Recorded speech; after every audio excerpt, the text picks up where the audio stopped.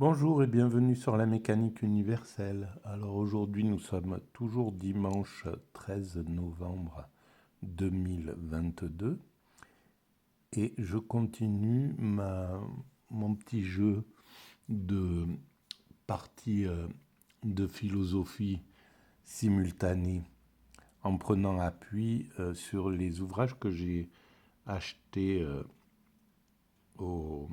à l'armée du salut il y a quelques jours. J'arrive à la fin, il reste Heidegger, Aristote et Albert Camus.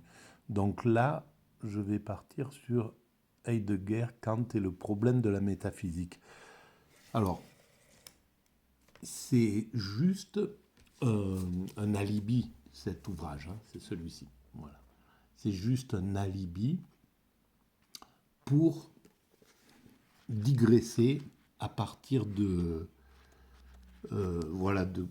lecture un peu comme ça, ou que je picore, je vais regarder, je sais, j'ouvre n'importe où, je prends la quatrième de couverture, ou l'introduction, euh, ou bien la table des matières,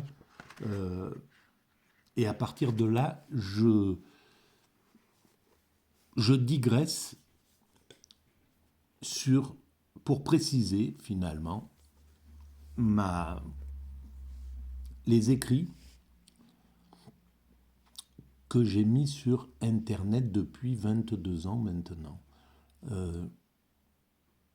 sur le site qui s'appelle mécaniqueuniverselle.net et qui essaie de démontrer que l'humanité est destinée à atteindre son ultime perfection.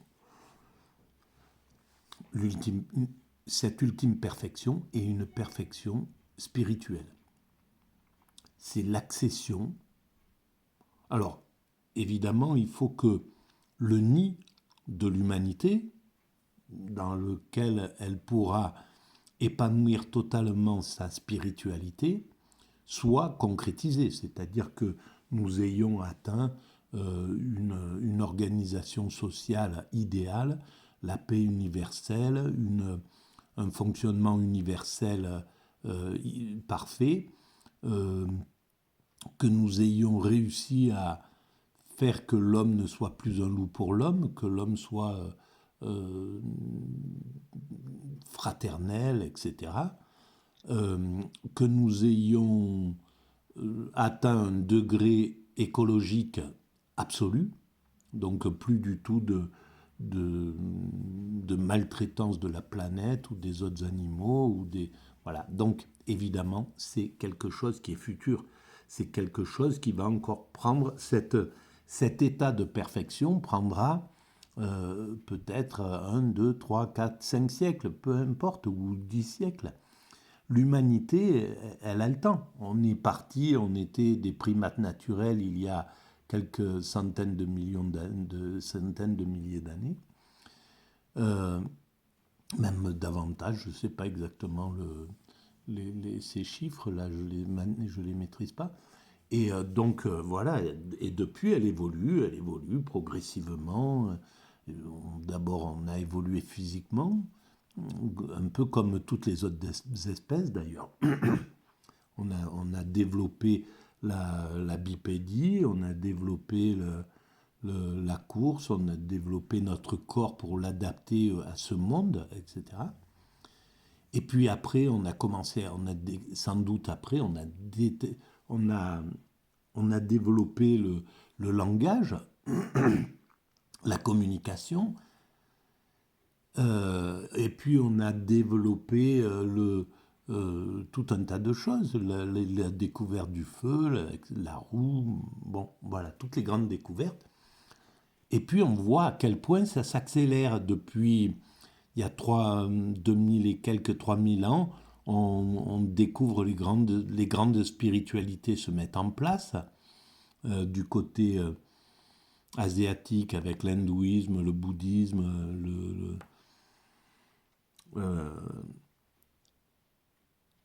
le taoïsme, etc.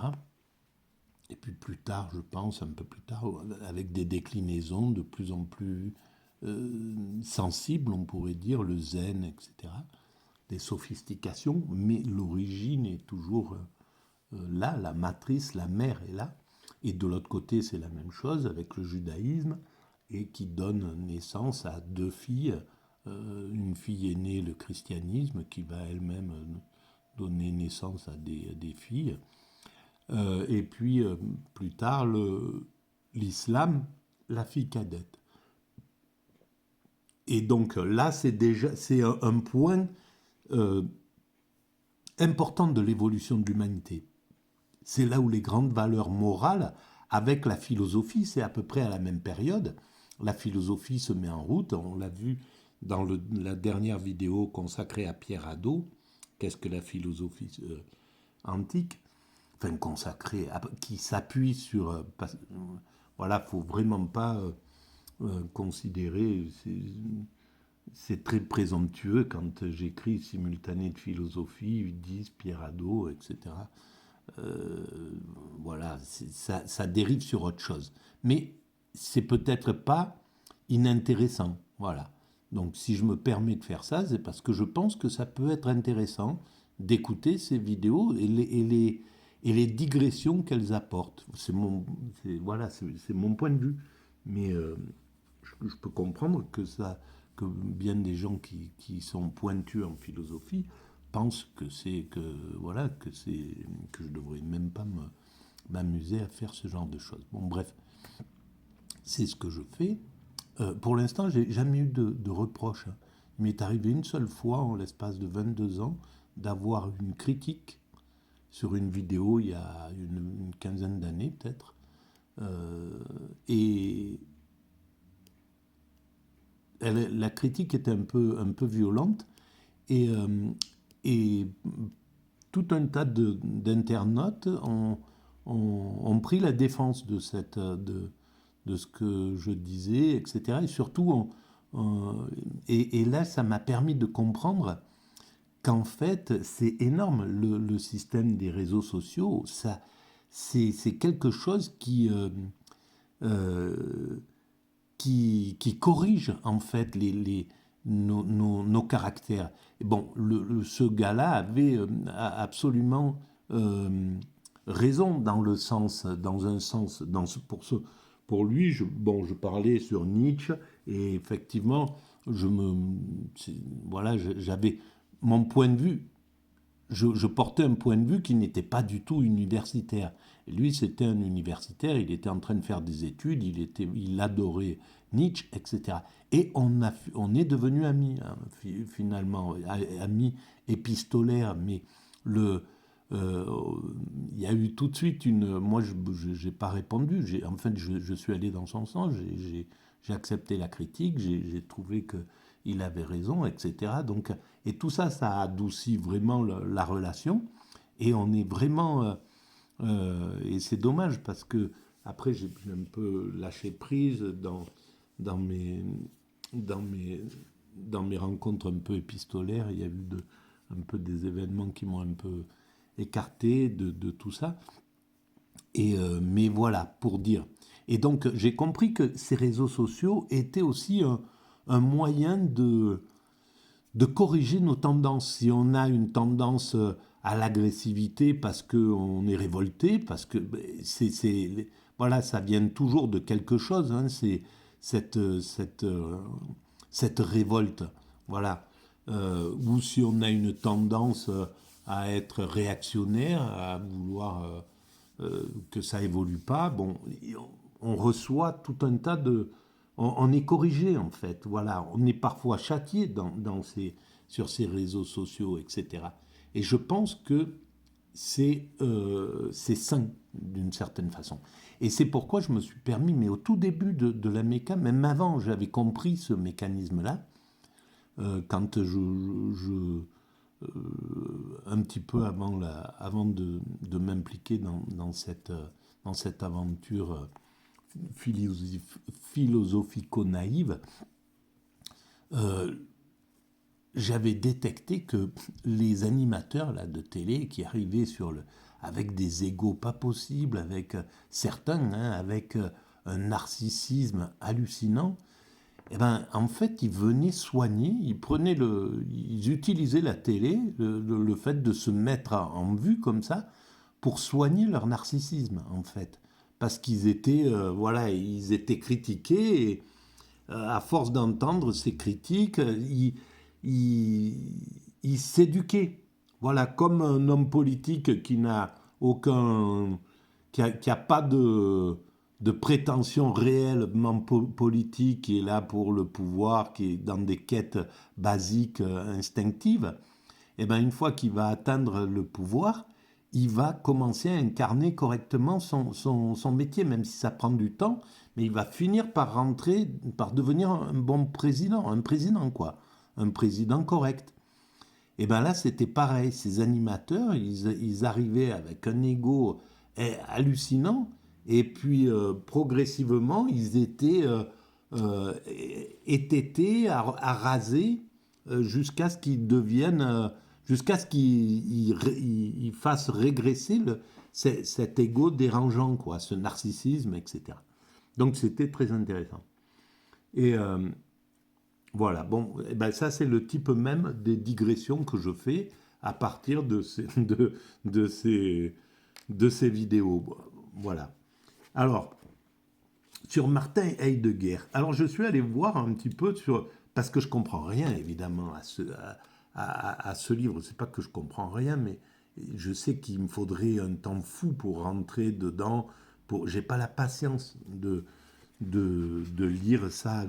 Et voilà, je peux je peux le comprendre à travers des vidéos ou des gens qui le synthétisent, mais c'est trop long pour moi de rentrer en relation avec cet ouvrage. Mais, donc, je suis allé un petit peu voir sur Wikipédia ce qu'il disait de Martin Heidegger, Kant et le problème de la métaphysique, vraiment sur cet ouvrage-là. Et donc, ils discutent un petit peu, ils expliquent que le livre de Martin Heidegger intitulé Kant et le problème de la métaphysique, publié en 1929, appelé aussi le Kant-Büchs, en vue d'interpréter l'œuvre de Kant, la critique de la raison pure, ne fait pas double emploi avec les deux autres livres consacrés à ce philosophe. Interprétation phénoménologique de la critique de la raison pure de Kant, tiré d'un cours professé à Marbourg en 1927-28, publié en français en 1982, et Qu'est-ce qu'une chose de 1962. Voilà. Alors, et ce qu'il dit là, les traducteurs, Walter Biemel et Alphonse de Valence, ne cachent pas que dans ce corps à corps avec l'œuvre de Kant, Heidegger a privilégié tout ce qui pouvait conforter sa propre pensée. Et là, c'est exactement ce que je suis en train de faire. Et donc, ça m'a un petit peu conforté dans cette chose-là. Et je pense que beaucoup de philosophes, en fait, prennent appui d'une manière magistrale. Moi, c'est vraiment du bûcheronnage de philosophie. Mais ils prennent appui sur des philosophies. D'ailleurs, et ça n'a pas été mon cas, en fait, c'est venu spontanément. Je suis parti de cette phrase, l'humanité est destinée à atteindre sa perfection, que j'ai écrit comme ça, comme j'écrivais des petites nouvelles pour m'amuser, et j'ai écrit cette phrase comme ça, sans raison, sans comprendre d'ailleurs. Et quand j'ai pris conscience de ce que je venais d'écrire, à partir de là, ça m'a bouleversé, et j'ai commencé à dérouler le fil de cette aventure. En fait, j'ai remonté toute l'histoire de la philosophie sans la comprendre. C'est après, quand j'ai commencé à lire un petit peu des résumés, des bouquins de classe de terminale de philosophie, de trucs ou des résumés des grands auteurs, que j'ai compris que voilà, j'étais passé dans les traces de Platon avec le banquet, de Saint-Augustin, de Spinoza, etc., de tous ces philosophes finalement. J'avais, voilà, et des grands religieux aussi, des grandes religions, parce que cette téléologie qui va vers une finalité positive, elle a été positive, voilà, comme on pourrait la qualifier là, elle a été vue et intuitivement vue et comprise par les grandes religions il y a déjà très très longtemps. Et donc, voilà. Et alors, je me suis dit, ben oui, il s'est. Il a. Il, Kant a dû être fondamental pour le travail de Heidegger à un certain moment. Et donc, c'est une façon aussi de préciser. Il a dû rajouter quelque chose, faire évoluer à partir de Kant. Bien souvent, des fois, voilà, on s'appuie sur quelque chose. Par exemple, Marx s'est appuyé sur Hegel pour développer, et pas que sur Hegel, mais voilà, il a pris de Hegel quelque chose pour faire sa philosophie. Alors j'espère qu'il lui rend hommage, je ne sais pas comment il le fait, mais il a dû le faire. Et Nietzsche, par exemple, s'appuie sans doute, à mon sens, sur Hegel aussi, entre autres, sur aussi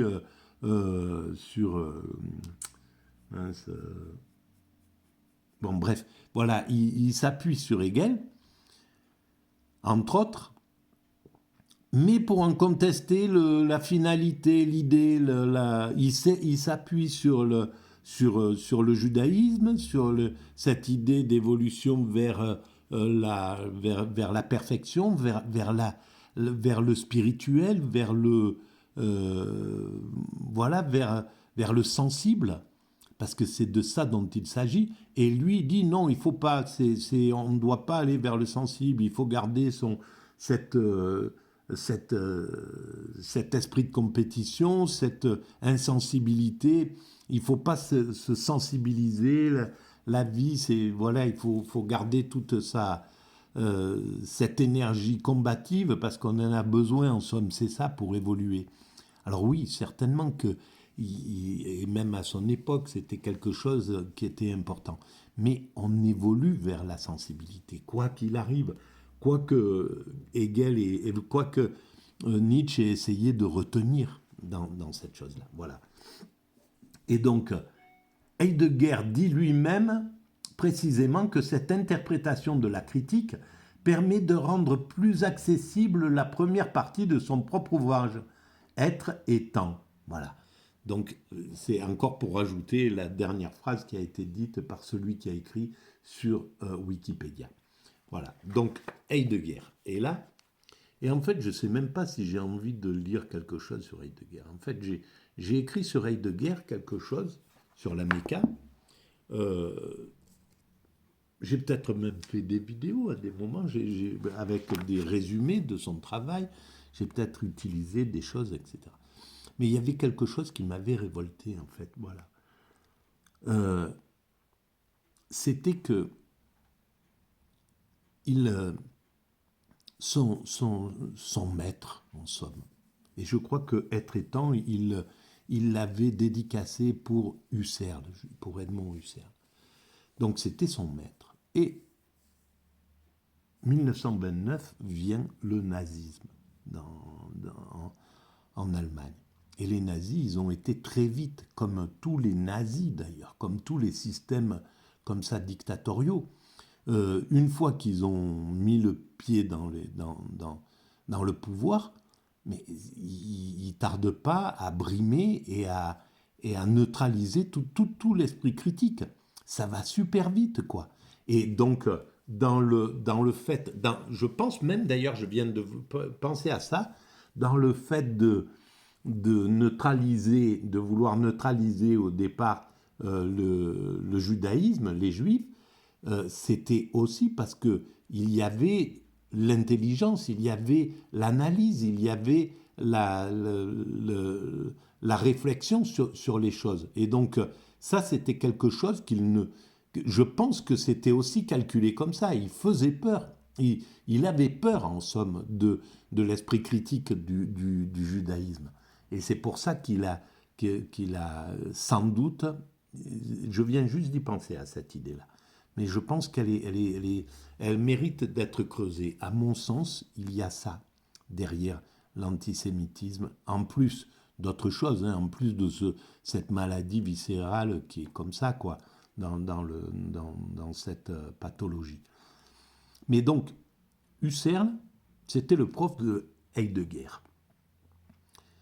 Et quand les lois tout de suite raciales et antisémites se posent, Husserl a été écarté de son poste dans une université. Et là, Heidegger, qui avait un pied dans le nazisme, qui s'était inclus dans le nazisme, il n'a pas, à mon sens, je ne sais pas, je ne connais pas son histoire, mais il n'a pas fait quelque chose pour défendre son professeur, pour faire quelque chose. Alors, est-ce qu'il a vu devant lui est-ce qu'il a eu peur? Et la peur, c'est, bon, voilà, ça fait partie des choses, hein. On n'est pas tous des héros, et d'ailleurs, voilà, on peut vraiment se demander ce qu'on ferait dans telle ou telle situation, comment on peut se comporter. Il faut vraiment avoir les valeurs en plus haute estime que sa propre existence pour être un héros, finalement. Et c'est très très compliqué, c'est pas quelque chose dont on peut parler comme ça à la légère. Mais cette relation-là, et puis le fait qu'il ait voulu modifier un peu le racisme, modifier un peu le nazisme, je veux dire, à l'intérieur, en étant de l'intérieur. À mon sens, c'est quelque chose. Alors qu'il n'ait pas défendu Husserl est quelque chose qui m'a un peu révolté, qui m'a révolté en somme, et le fait que je ne sais plus dans quelle période, c'était 1930, ou quand il rentre, il avait forcément lu Mein Kampf. Et donc, quand on a lu Mein Kampf, c'est impossible de ne pas comprendre ce qui se trame. C'est impossible. Et donc, en tant qu'intellectuel, c'est pas possible d'adhérer à une idéologie comme ça. Quand on a lu Mein Kampf, c'est impossible de le regarder, de le mettre de côté, de dire c'est anodin, etc. D'ailleurs, le pape l'a compris, ça. Je ne sais plus. Il a compris que c'était un criminel qui était en train de prendre le pouvoir. Le pape qui était en place, c'était Pacelli, je crois, je ne me souviens pas. Mais bon, il a écrit quelque chose dès le début sur ça. Voilà, après, je ne sais pas, il y a des controverses sur ce que l'Église a fait, etc. Je ne sais pas. Mais en tout cas, c'est clair que c'était le best-seller. Tout homme qui avait lu cet ouvrage, qui est voilà, c'est pas étreint, hein, c'est pas un livre hermétique, c'est un livre au contraire qui donne vraiment voilà, qui dit tout, quoi, hein. Comme d'ailleurs tous les systèmes narcissiques et psychopathes. Mais le narcissisme, sa qualité, en gros, c'est de dire toujours ce qu'il va faire d'une façon naïve. Tout est dit, quoi. Et donc, dans cet ouvrage, tout était dit. Voilà. Et donc, ça, c'est vraiment ce qui m'a révolté. Bon, maintenant, est-ce qu'on peut lire quelque chose de Martin, de cet ouvrage?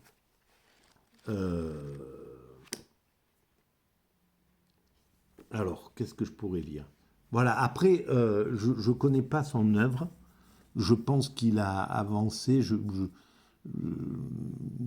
pense il s'est fourvoyé. Ça arrive. Et voilà, qui sommes-nous pour juger vraiment on doit juger, hein, ça c'est clair. Il faut le faire tout le temps pour faire évoluer la société.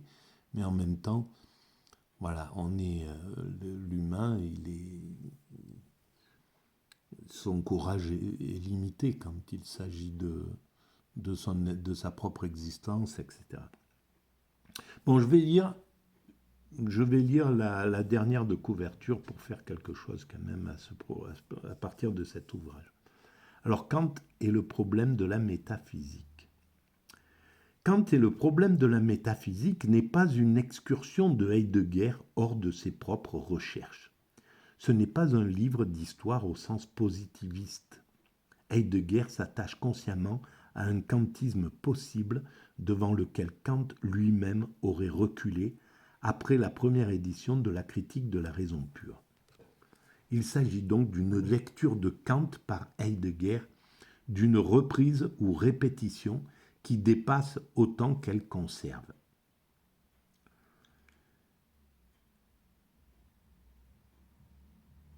Et donc, qu'est-ce que je voulais dire? Il y avait quelque chose que je voulais... Voilà, je voulais parler de la métaphysique. C'est quand même... La métaphysique, c'est quelque chose d'important.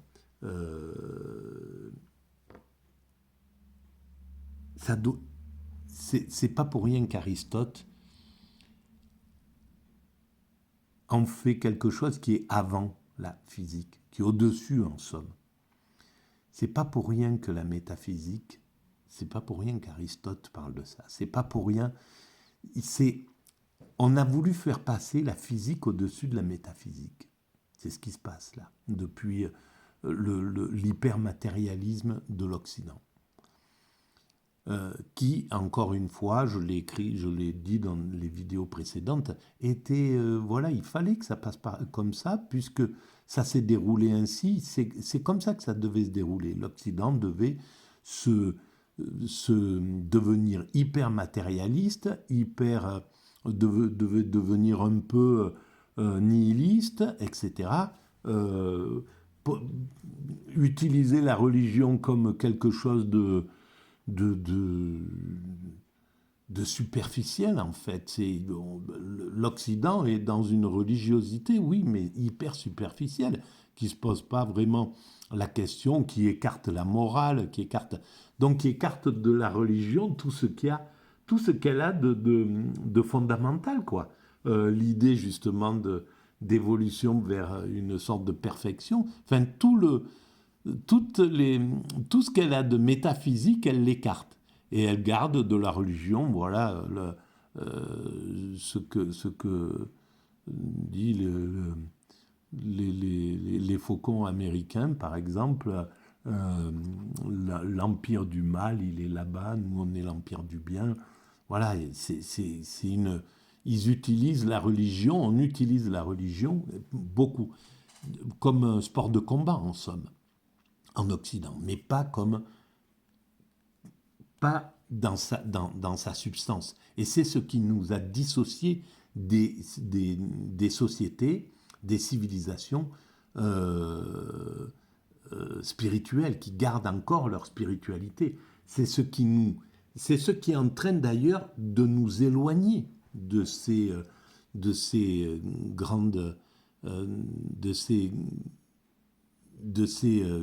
civilisations, qui font que ces grandes civilisations n'ont plus trop envie de rester près de nous. Hein.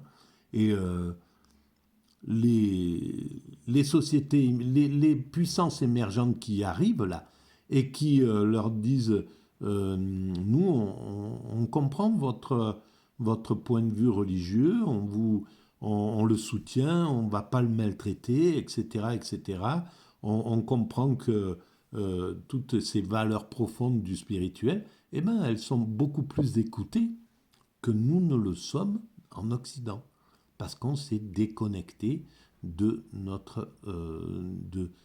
des fondements spirituels de nos attaches. Voilà. Donc je vais quand même aller jusqu'au bout de cette lecture-là. Démarche qui n'est présomptueuse qu'en apparence. On peut la justifier même sur le terrain de la pure histoire, car c'est ainsi que chacun lit. L'historien objectif qui veut s'en tenir au texte et au sens manifeste métamorphose et peut-être détruit les philosophies en les privant de leur mouvement intérieur vers le vrai. Alors donc il y a quand même voilà, une quête comme ça. je sais, il est probable, et il est même possible qu'il ait une vision justement de ce problème occidental, Heidegger. Il est possible que ça soit ça. Je pense qu'Husserl avait cette conscience qu'il manquait quelque chose. Quand il parle il en parle dans un de ses ouvrages, je crois, La crise de l'Occident ou quelque chose comme ça.